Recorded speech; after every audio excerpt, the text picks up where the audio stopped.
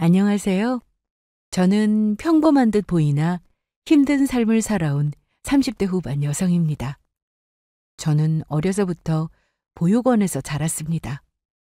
그래서 지금껏 세상은 원래 혼자 사는 거로 생각했고 남에게 기대지 않으면 실망할 일도 없다 생각하며 살았었습니다.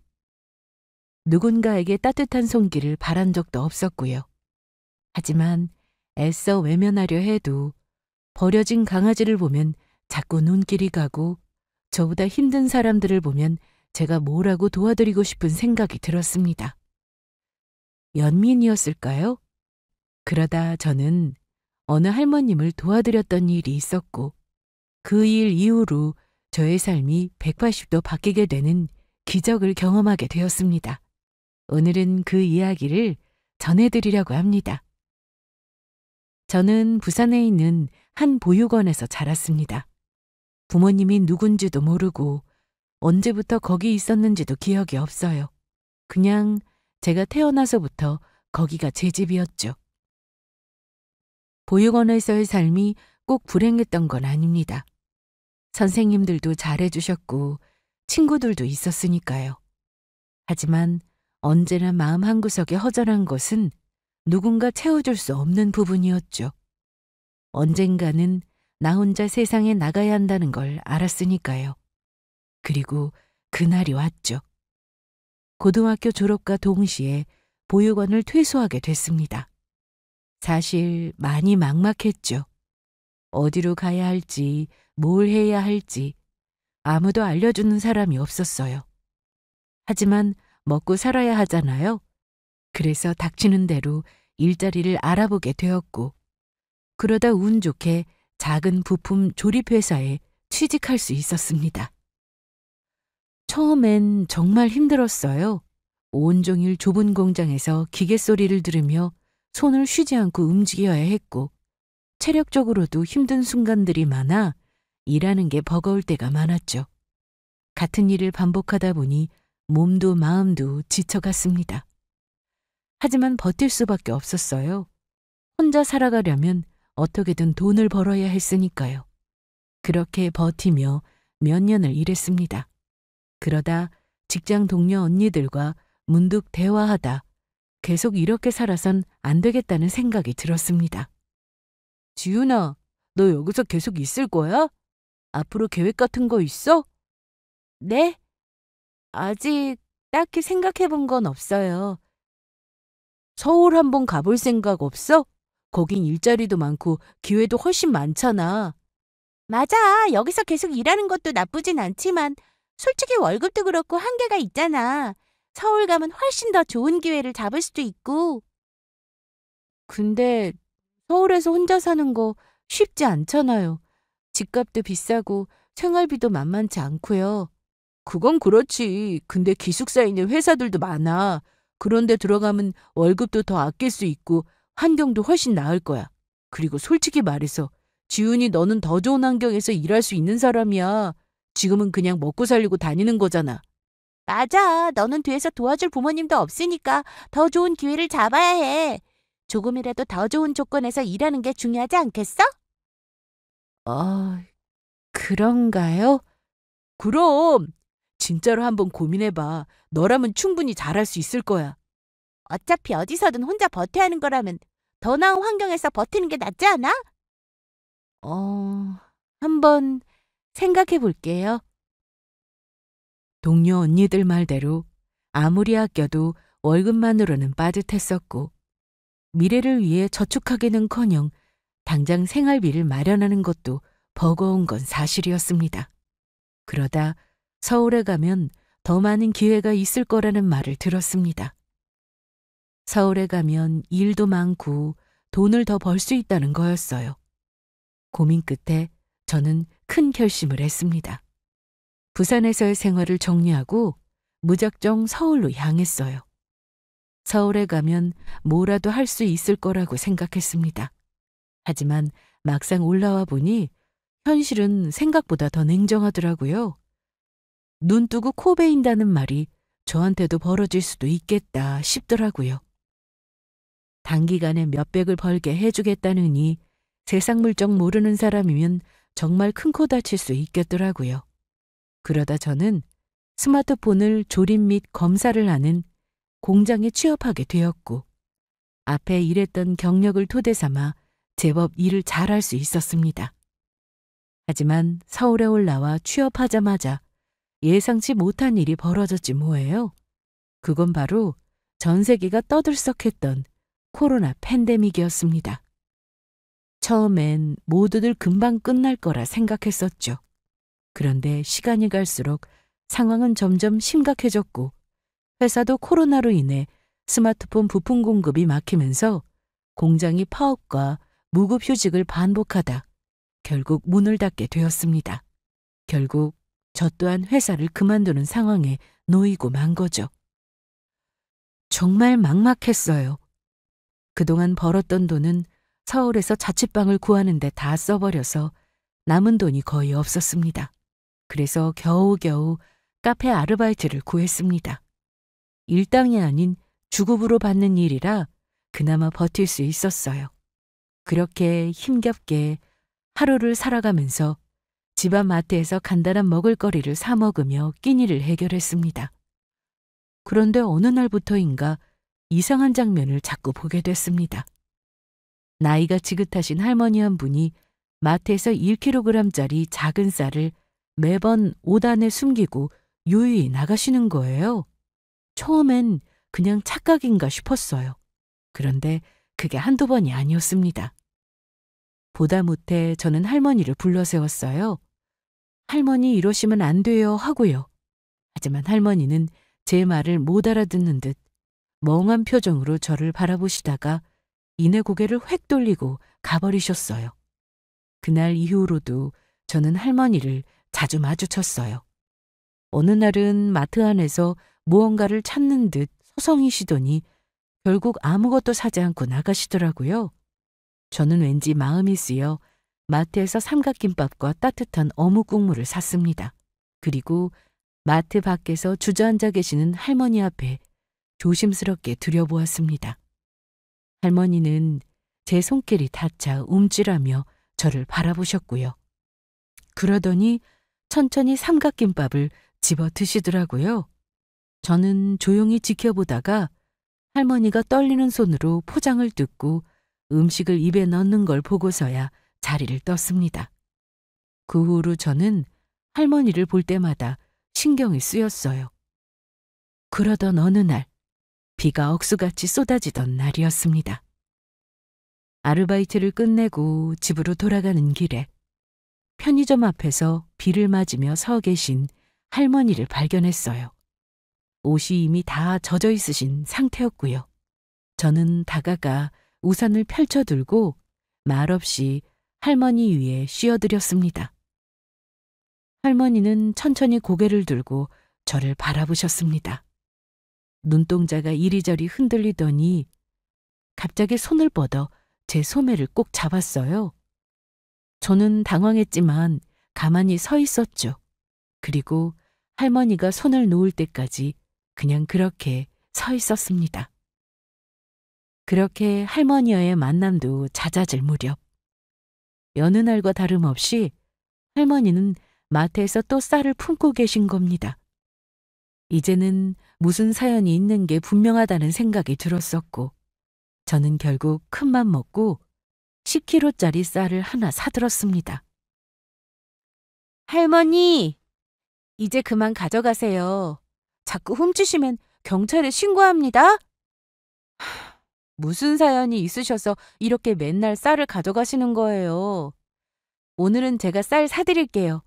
매번 이렇게 가져가시는 거 저도 이제 눈 감아드리기 어려워요. 저도 많이 어렵게 살았어요.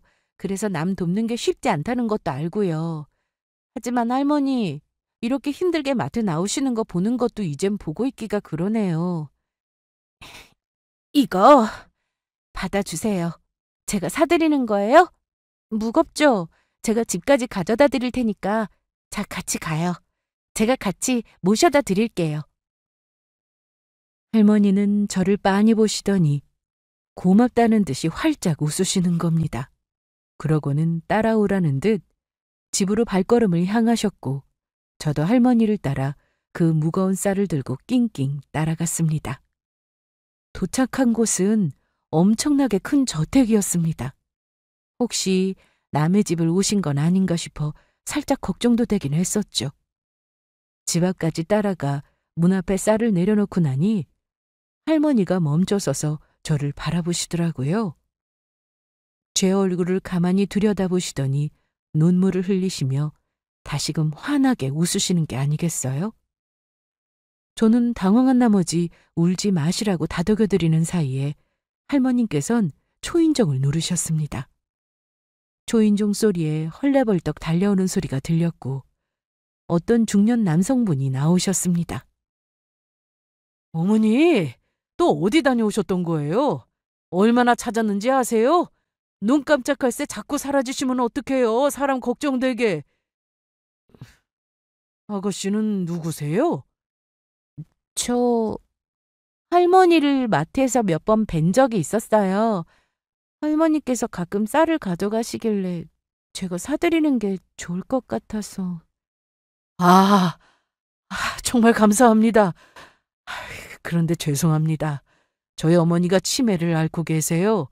가끔 예전으로 돌아가신 것처럼 행동하시거든요.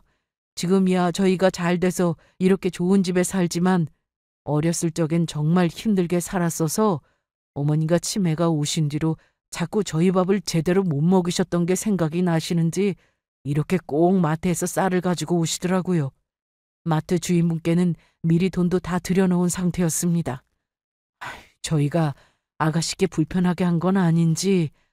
아니에요. 그냥 도와드리고 싶었어요. 정말 감사합니다. 그런데 어머니 쌀은 아가씨가 사주신 거예요? 사정이 괜찮으신가요?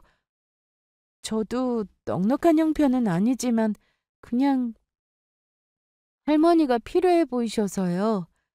아유, 정말 고맙습니다. 이렇게까지 신경 써주실 줄 몰랐습니다. 쌀값은 제가 다시 도로 돌려드리겠습니다. 그리고 괜찮으시면 저희 집에서 저녁이라도 드시고 가실래요? 어머니 덕분에 귀한 인연을 맺었는데 그냥 보내드리긴 너무 죄송해서요. 감사드린 마음도 있고요. 저녁이요? 네, 간단한 집밥이라도요. 이렇게까지 신경 써주셨는데 감사 인사만 드리고 보내드리기엔 너무 실례되는 것 같아서요. 식사라도 제대로 챙겨드리고 싶네요. 혹시라도 불편하시면 부담 갖지 마시고요. 그럼 식사만 짧게 하고 가겠습니다. 너무 오래는 못 있어서요. 그럼요. 부담 갖지 마세요. 이쪽으로 들어오세요. 집 안으로 들어서는 순간 처음 느껴보는 따뜻한 공기가 느껴졌었습니다. 저는 조심스럽게 신발을 벗고 안으로 발을 들어섰고 넓고 정돈된 거실, 고급스런 조명이 은은하게 빛나고 있었더라고요. 확실히 잘 사는 집 같아 보였습니다. 처음엔 괜히 들어왔나 싶은 생각도 들었거든요. 낯선 공간에 발을 들인 게 새삼 실감이 났고 자연스럽게 행동하려 했지만 뻣뻣하게 굳어버린 몸이 뜻대로 움직여주지는 않았습니다. 아드님은 익숙한 듯 할머니를 부축해 의자에 앉으셨고 저는 어쩔 줄 몰라 서성이다가 식탁 옆자리에 겨우 자리에 앉았습니다. 부엌에서 조리하는 소리가 들려왔고 냄새도 좋더라고요.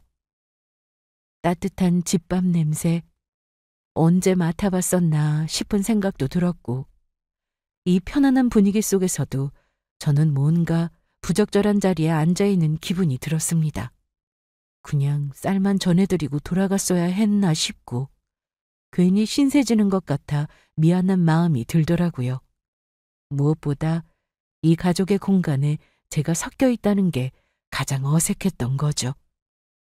그때 아드님께서 하나둘 밥상을 채워주셨고 제 앞에 수저를 조용히 내려놓으셨습니다. 긴장하지 마시고 그냥 편하게 드시면 돼요. 참 닮았어. 아주 많이 닮았어. 어머니, 또 누구랑 닮았다고 하시는 거예요? 네 친구. 네 일하는 친구 있잖아. 그 사람하고 똑 닮았어. 네? 저요? 어머니, 혹시 종수 말씀하시는 거예요?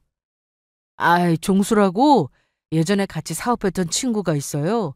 어머니가 가끔 아직도 그 친구 이야기를 하시는데, 어머님 말씀대로 제가 봐도 아가씨랑 많이 닮기는 했거든요. 저도 생각만 하고 있었지 말씀드리기가 좀 그랬는데, 정말 닮았는지 사진만 한번 보실래요? 이분이 친구분이세요? 네, 보시기에도 많이 닮은 듯하죠? 세상에 닮은 사람들이 참 많아요. 그렇죠?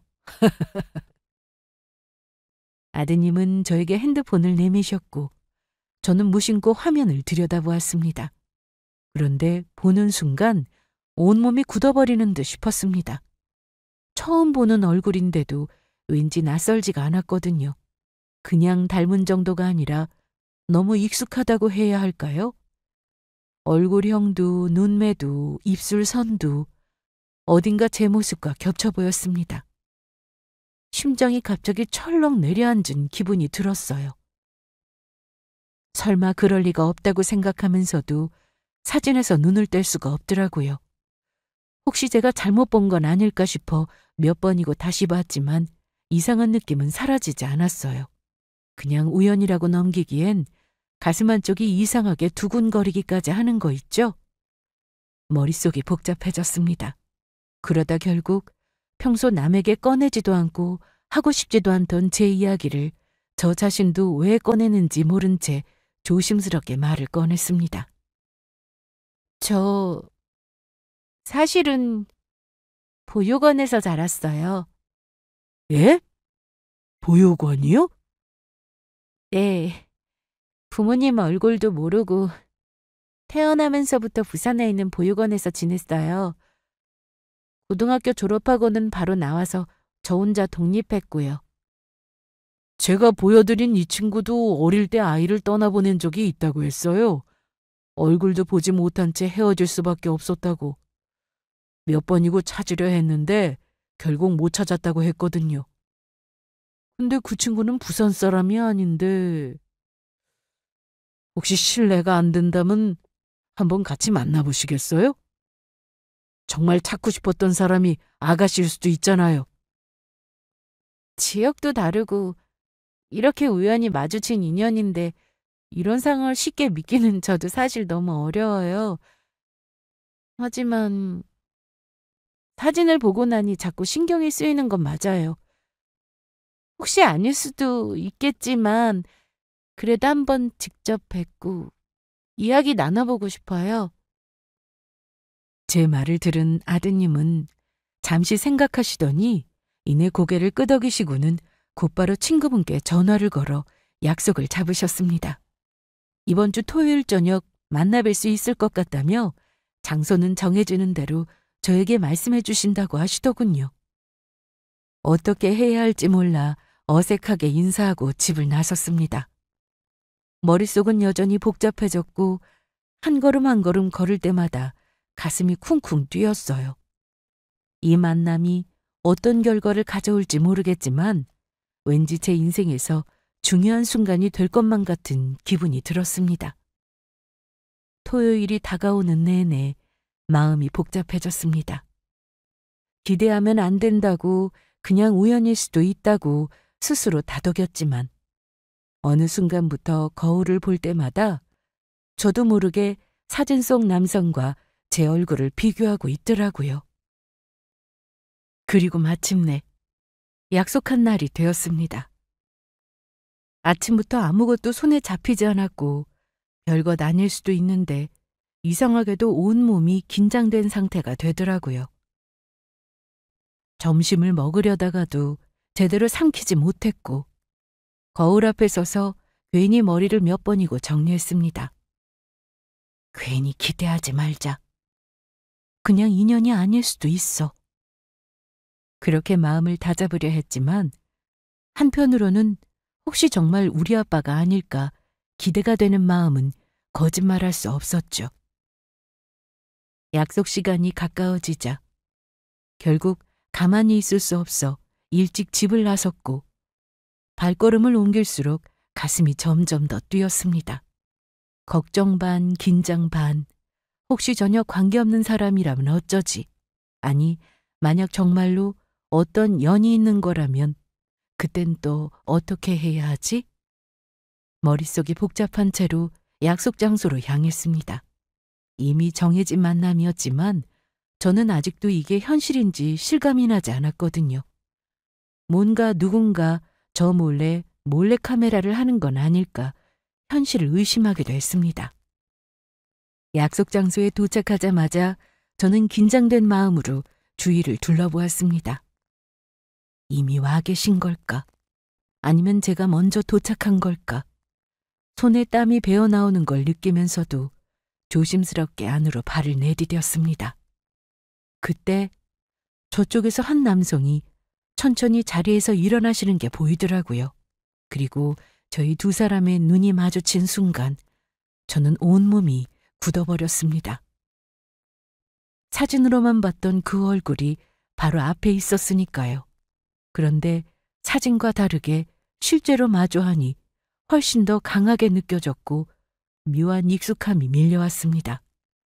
그분도 저를 바라보며 몸이 굳어 계셨고 이유를 설명할 수는 없었지만 그냥 알 수 있었습니다. 이분이 제 가족이라는 걸. 그리고 그분 역시 같은 걸 느끼고 있는 듯 했습니다. 아무 말도 하지 못한 채 서로를 바라보다가 결국 저희 두 사람은 동시에 눈물을 쏟아내고 말았습니다. 이럴 리가 없는데, 설마 정말? 저도 잘 모르겠어요. 그런데 이상하게도 뵙자마자 눈물이 나요. 친구 통해서 이야기는 들었지만 이렇게 직접 보니까 믿기지가 않네요. 저도요. 사실 오늘 오면서도 계속 반신반의했어요.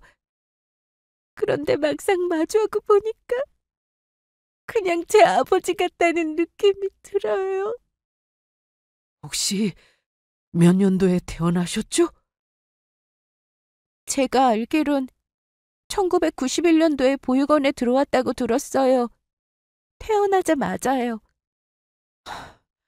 시기상으론 그 해가 맞는 듯 싶네요. 정말 제 아버지신가요? 저도 확신할 수는 없지만 시기상으론 맞는 듯 싶습니다. 만약 정말 맞다면 너무 늦었지만 정말 미안합니다. 저 단 한 번도 부모님이 누굴까 생각하지 않은 적이 없었어요.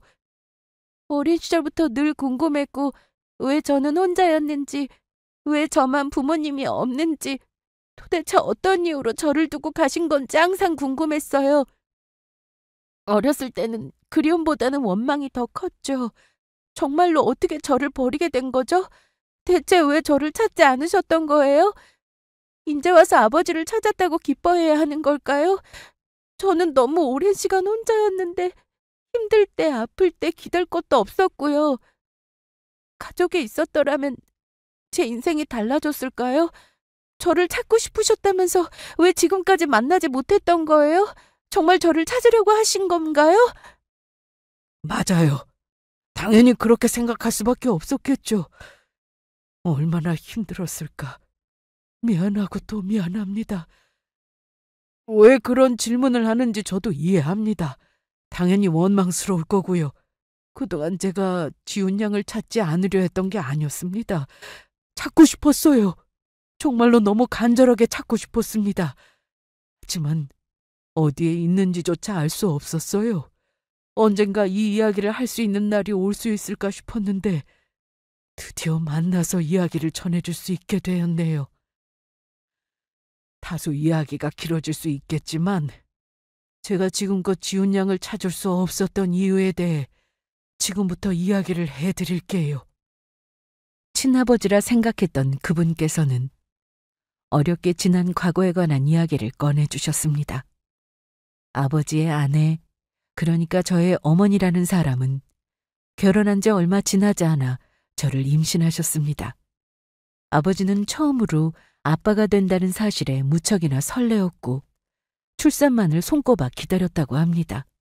하지만 어머님은 아버지 생각과는 달랐더랬죠.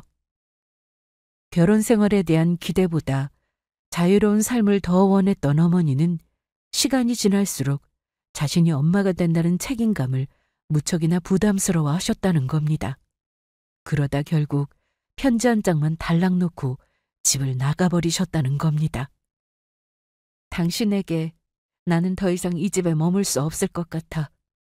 솔직히 말하면 처음부터 이렇게 살고 싶지는 않았어. 결혼이라는 게 나한테는 너무 답답한 굴레였고 아이까지 생기면서 내 인생이 완전히 막혀버렸다는 생각이 들어버렸지 뭐야. 나는 아직도 즐기고 싶은 것도 많고 하고 싶은 것도 많은데 왜 모든 걸 포기하고 희생하면서 살아야 하지? 나는 그런 삶을 원하지 않아. 당신도 알다시피 나는 당신이랑 너무나도 달라. 당신은 책임이라는 걸 중요하게 생각하는 사람이고 가족을 위해 살아가려 할 테지만 나는 아니야. 난 그저 내 삶을 내가 원하는 대로 살고 싶을 뿐이라고. 아이가 생기면서부터 모든 게 무거워졌어. 주변에서는 어머니가 되면 자연스럽게 모성이 생긴다고 했지만 나는 아무리 기다려도 그런 감정이 생기지는 않더라고. 오히려 점점 더 답답하고 숨만 막힐 뿐. 나한테 아이를 책임지라고 하지 마. 나는 그런 거 못해. 억지로 남아서 아이를 키운다고 해도 결국 후회할 거라고. 아이한테도 좋을 게 없겠지. 그러니까 앞으로 나 찾지 마. 나한테 다시 연락할 생각도 하지 말고. 당신과 아이의 존재는 내 인생에서 지워버릴 거야. 새 사람으로 지낼 거라고. 나는 나대로 살 거니까 부탁이니 아이와 나는 잊고 살아줘. 생명이니 지우지는 않을 거야. 그렇다고 키우지도 않을 거고. 그동안 고마웠어. 아버지는 영문도 모른 채 이 상황이 무척 당황스러우셨지만 임신 기간에 겪은 혼란과 호르몬 때문에 잠시 친정으로 쉬러 갔겠거니 싶으셨다고 했습니다. 워낙에 평소 감정 기복도 심한 편이고 변덕스러운 성격이라 이번에도 마음에도 없는 소리를 했겠거니 하고는 금방 돌아오리라 믿었다는 겁니다.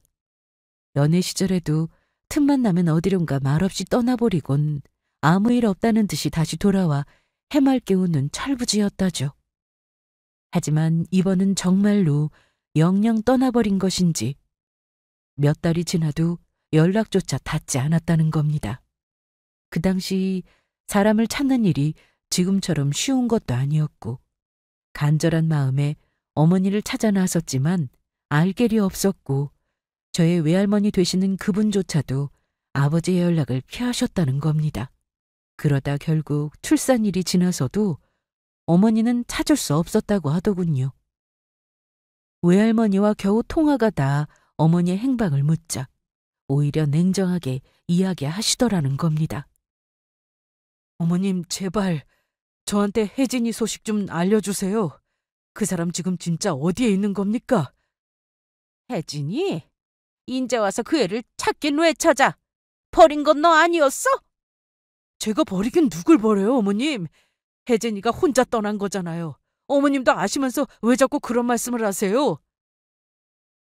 그래, 떠났지. 그런데 왜 떠났을까? 너랑 사는 게 재미없어서 떠난 거 아니었겠어? 저는 최선을 다했어요. 혜진이가 임신한 후로 더 신경 쓰고 아끼려고 했어요. 그런데 혜진, 아끼긴 뭘 아껴? 그 애가 네 옆에 있던 게 더 지옥 같았다고 하던데? 어머님, 제발 그렇게까지 말씀하지 마세요. 저는 혜진이가 나간 후로 하루도 편한 날이 없었어요. 혜진이가 어디 있는지만이라도 알려주시면 제가 직접 만나서 이야기해 볼게요. 넌 아직도 꿈을 꾸는구나. 혜진이가 너 같은 놈 다시 보고 싶을 것 같아? 그래도 아이가 태어났잖아요. 혜진이가 떠난 뒤로 저는 아이가 어떻게 됐는지조차 모른다고요. 그걸 알고 싶은 거예요. 아우, 됐어, 됐어. 이제 와서 무슨 아빠 행세야.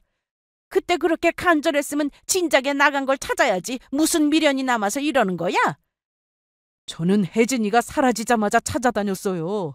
그런데 행방을 알 수 없었잖아요. 어머니까지 저를 밀어내시니까 도대체 어디서부터 찾아야 할지 몰랐다고요. 그래서 인제 와서 날 찾아와서 묻겠다고? 넌 내가 네 편 들어줄 거로 생각했니?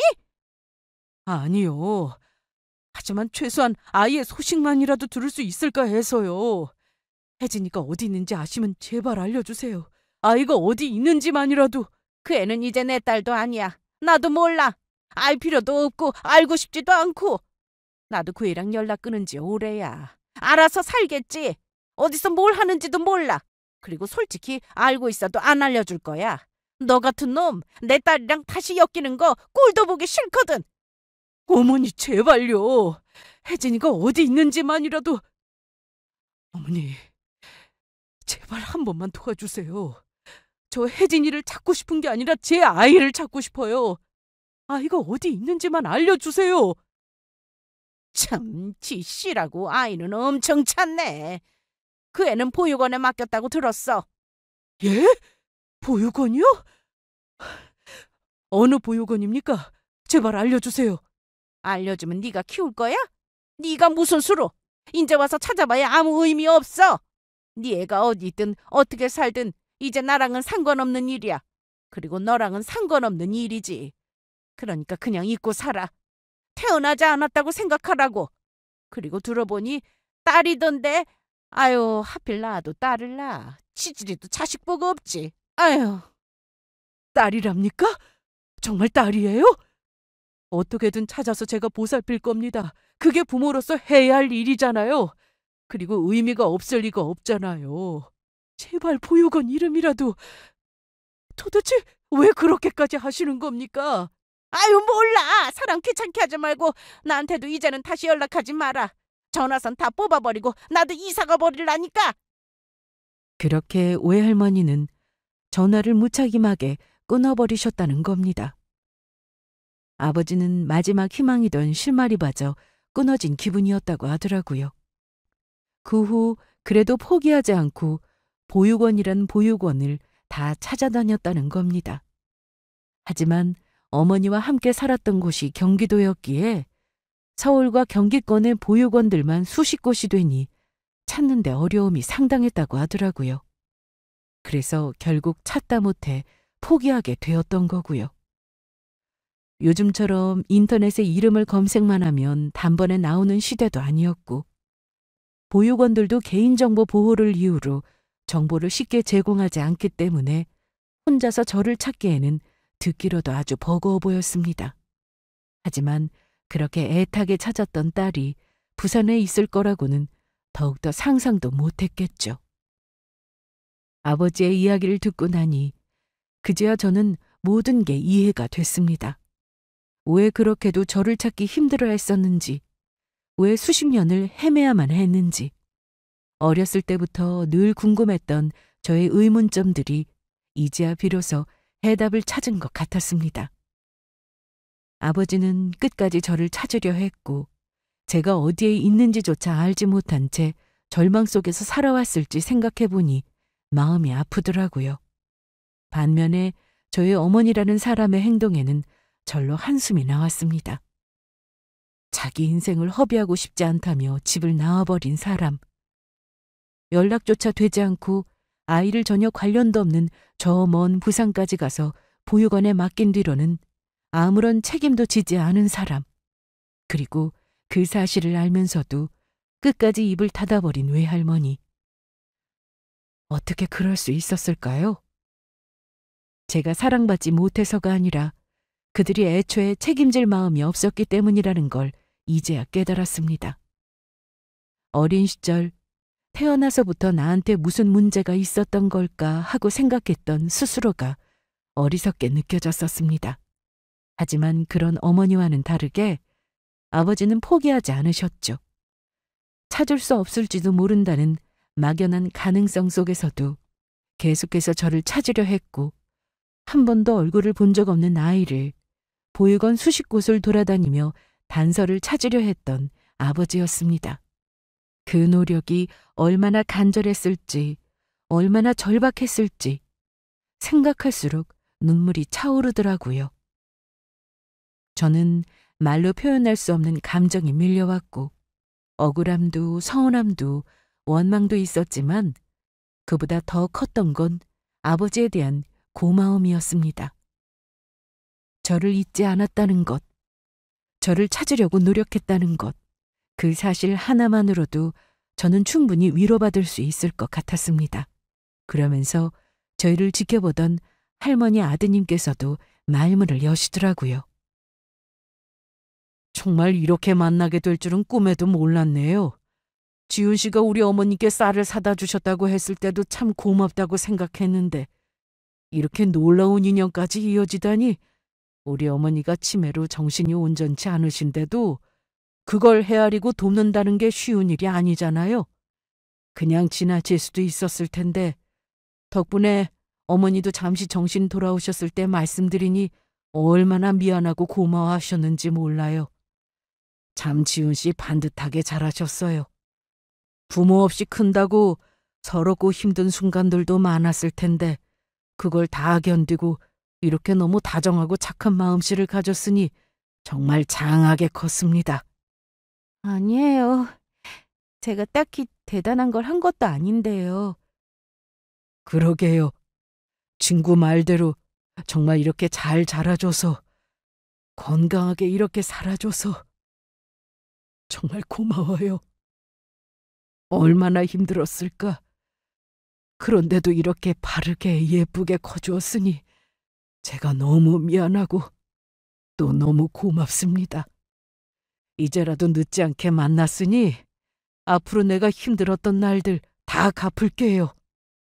그 이야기를 끝으로 저희는 자리에서 일어났습니다. 그리곤 저와 아버지는 함께 제가 사는 집으로 향했습니다. 아직 나누지 못한 이야기도 많았고 조금 더 조용한 곳에서 이야기를 이어가고 싶었었죠. 집에 도착하자마자 아버지는 주변을 둘러보시더라고요. 작은 원룸, 오래된 가구들, 최소한의 살림살이. 그 모습을 본 아버지는 금방 얼굴이 굳어지셨습니다. 한동안 아무 말 없이 방 안을 천천히 둘러보던 아버지는 깊은 한숨까지 내쉬었죠.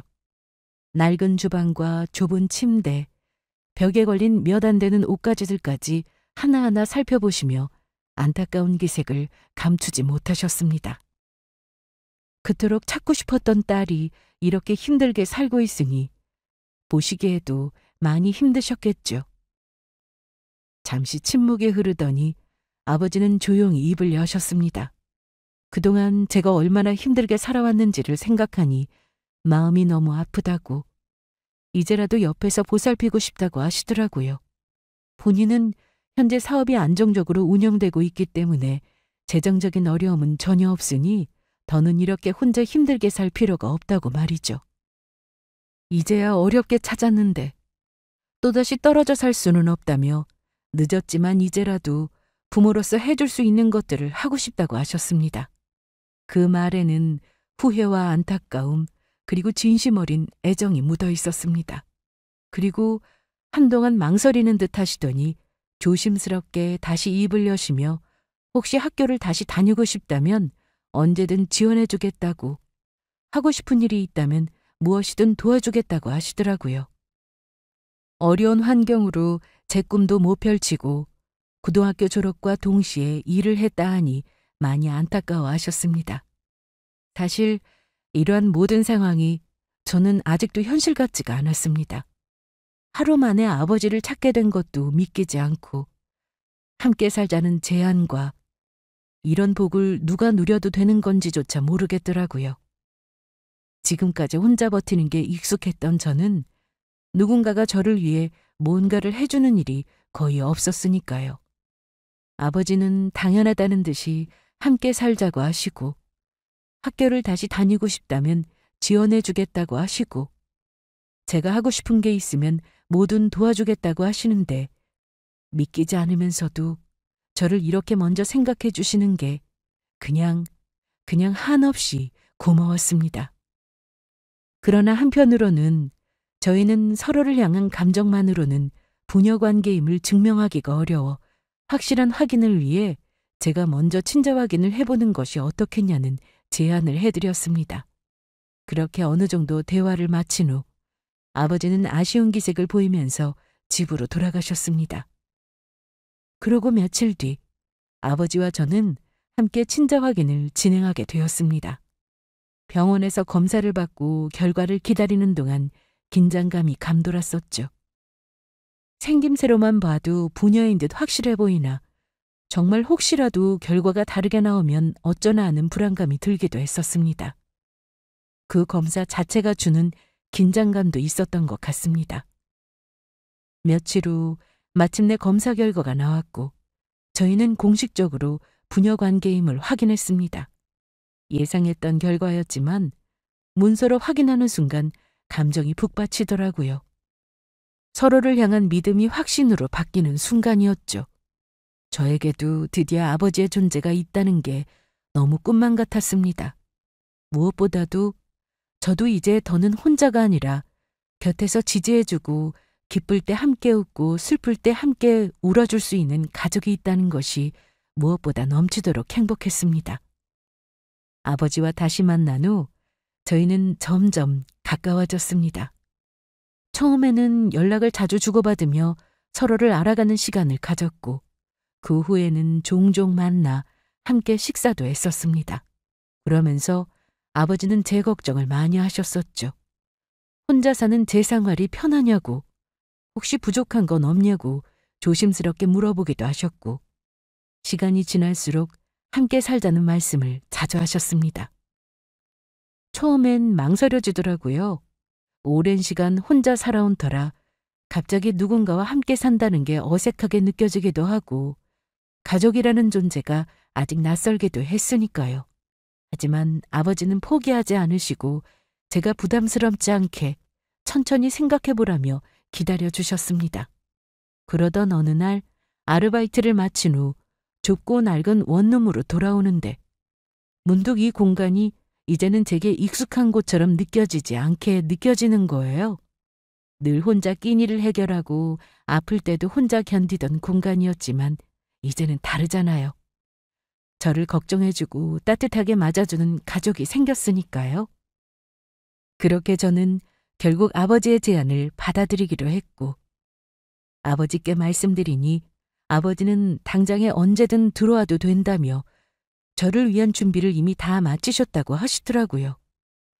그게 무슨 말씀이실까 싶어 의아한 생각을 하게 되었고 저는 아버지 집으로 이사를 하게 되었습니다. 집에 들어섰을 때 넓고 깔끔한 거실과 세련된 인테리어가 먼저 눈에 들어왔습니다. 그리고 아버지는 조심스럽게 제 방을 안내하셨죠. 문을 열자 환한 햇빛이 들어오는 방이 보였습니다. 지금까지 살아왔던 작은 원룸과는 비교도 안 될 만큼 넓고 깔끔했죠. 벽지는 새하얗고 가구들도 하나하나 신경 써서 배치된 게 느껴졌어요. 마치 제가 오기만을 기다렸다는 듯이요. 책상 위에는 새 노트북이 놓여 있었고 창가 쪽에는 푹신해 보이는 1인용 소파가 자리하고 있었습니다. 옷장 문을 열어보니 기본적인 옷가지들까지 준비되어 있더라고요. 젊은 여자 옷을 어떻게 알고 사신 것인지 세심한 배려에 감탄이 절로 나왔습니다. 그제야 아버지가 하신 말씀이 떠올랐습니다. 언젠가 저를 찾게 될 거라고 믿고 그때를 대비하여 이 집을 마련하셨다고 하시더라고요. 혼자 살기에는 너무 큰 집이었지만 언젠가 제가 돌아오면 함께 살고 싶어 외로움을 견디며 이곳을 지켜왔다고 하셨습니다. 그 말을 떠올리는 순간 벅찬 감정이 몰려와 방 한가운데 주저앉고 말았어요. 그리고 하염없이 눈물을 쏟아내었죠. 너무 늦게 왔지만, 너무 오래 걸렸지만 그래도 돌아올 곳이 있었다는 사실이 믿기지 않더라고요. 그래, 많이 힘들었지? 지금까지 혼자 얼마나 외롭고 힘들었을까? 이제 더는 그런 생각 안 해도 돼. 네가 어디에서 어떻게 살아왔든 지금부터는 내가 지켜줄 거니까. 늦게 찾아서 미안하다. 하지만 이제라도 널 다시 만나게 돼서 정말 다행이야. 저 정말 여기서 살아도 되는 걸까요? 이렇게 좋은 집에서 이렇게 따뜻한 가족과 함께요. 저는 평생 혼자였는데 갑자기 이런 행복을 누려도 되는지 모르겠어요. 꿈 같아요. 아니, 오히려 너무 비현실적이어서 아직도 실감이 안 나요. 왜 네가 그런 고민을 해야 해? 넌 내 딸이야. 내 피가 흐르는 아이고 내가 평생 찾아 헤맸던 내 가족이야. 이제는 혼자 끙끙 앓고 고민하지 말고 힘든 게 있으면 나한테 말해. 이제부터라도 행복하면 돼. 그럴 자격 충분히 있어. 우리가 함께하지 못한 시간이 너무 많잖아요. 이제 와서 이렇게 좋은 걸 받아도 되는 걸까요? 저는 아직도 이 상황이 낯설고 꿈처럼 사라질까봐 겁이 나요. 그 시간들을 다 함께 채우면 되지. 네가 혼자였던 시간만큼, 아니 그보다 더 많이 행복하게 만들어줄게. 이제부터는 내가 곁에 있을 거야. 그러니까 너무 부담 갖지 말고 천천히 익숙해지면 돼. 여긴 이제 네 집이야. 그리고 난 네 아버지야. 저는 조금씩 아버지의 품에서 적응해 보려고 노력했습니다. 여전히 모든 것이 낯설고 조심스러웠지만 아버지는 서두르지 않고 제 속도에 맞춰주셨어요. 처음에는 그저 따뜻한 집에서 편히 쉬는 것만으로도 벅찼습니다. 더 이상 매일 생활비를 걱정하지 않아도 된다는 사실이 어색하면서도 한편으로는 안도감을 주었죠. 그러면서도 저는 고민했어요. 이렇게 마냥 아버지께 의지하며 살아도 될까? 그동안 혼자 버텨온 시간이 길었던 만큼 누군가에게 기대는 게 익숙하지 않았거든요. 그래서 아버지께 말씀드렸죠. 저도 다시 일을 하고 싶다고, 제자리에서 제가 할 수 있는 일을 찾아보고 싶다고요. 아버지는 제 결정을 존중해 주셨습니다. 다니던 카페 아르바이트를 정리하고 아버지 회사에서 조금씩 일을 배우기 시작했어요. 처음에는 서류 정리나 간단한 업무부터 맡았지만 차츰 회사가 돌아가는 방식도 익히고 직원들과도 조금씩 친해지려고 노력했습니다. 예전처럼 하루 벌어 하루를 사는 게 아니라 이제는 제 미래를 계획할 수 있는 삶을 살게 된 거였어요. 여전히 어색하고 조심스럽지만 그래도 한 걸음씩 나아가 보기로 했습니다. 새로운 삶을 살아볼 수 있다는 게 조금씩 실감나기 시작했으니까요. 아버지와는 함께하는 시간도 점점 많아졌습니다. 누군가에게는 정말 평범한 일상과도 다름없지만 저에게는 꿈만 같은 일들이요. 퇴근 후에는 함께 저녁을 먹으며 하루 동안 있었던 일들을 나누고 주말이면 아버지와 가까운 공원으로 산책을 나가기도 하고요. 처음에는 서로 어색해서 길어야 몇 마디 주고받는 게 전부였는데 이제는 자연스럽게 웃으며 대화하는 순간들이 많아졌습니다. 어느 날은 아버지가 제게 운전을 배워보지 않겠냐고 하셨어요. 사실 저는 늘 대중교통만 이용하며 살았기에 운전이란 걸 한 번도 해볼 생각조차 못했습니다.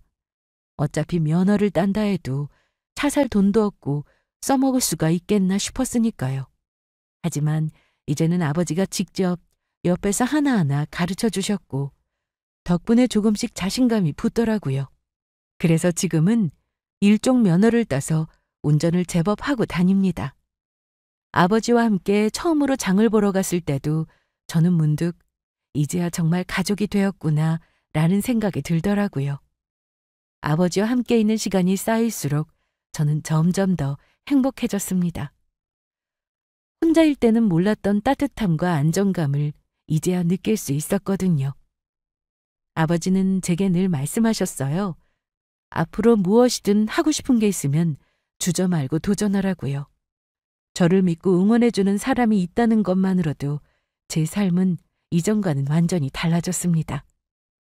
이제 저는 새로운 미래를 꿈꾸며 하루하루를 살아가고 있습니다. 여전히 세상에는 어려운 일도 많겠지만 이제는 그 길을 혼자가 아니라 함께 걸어갈 가족이 있어요. 저도 부모님께 효도하는 법을 배워본 적은 없지만 이제라도 조금씩 실천해보고자 합니다. 저의 긴 이야기 들어주셔서 감사합니다. 앞으로의 날들이 더 행복할 수 있도록 저를 응원해 주시면 감사하겠습니다.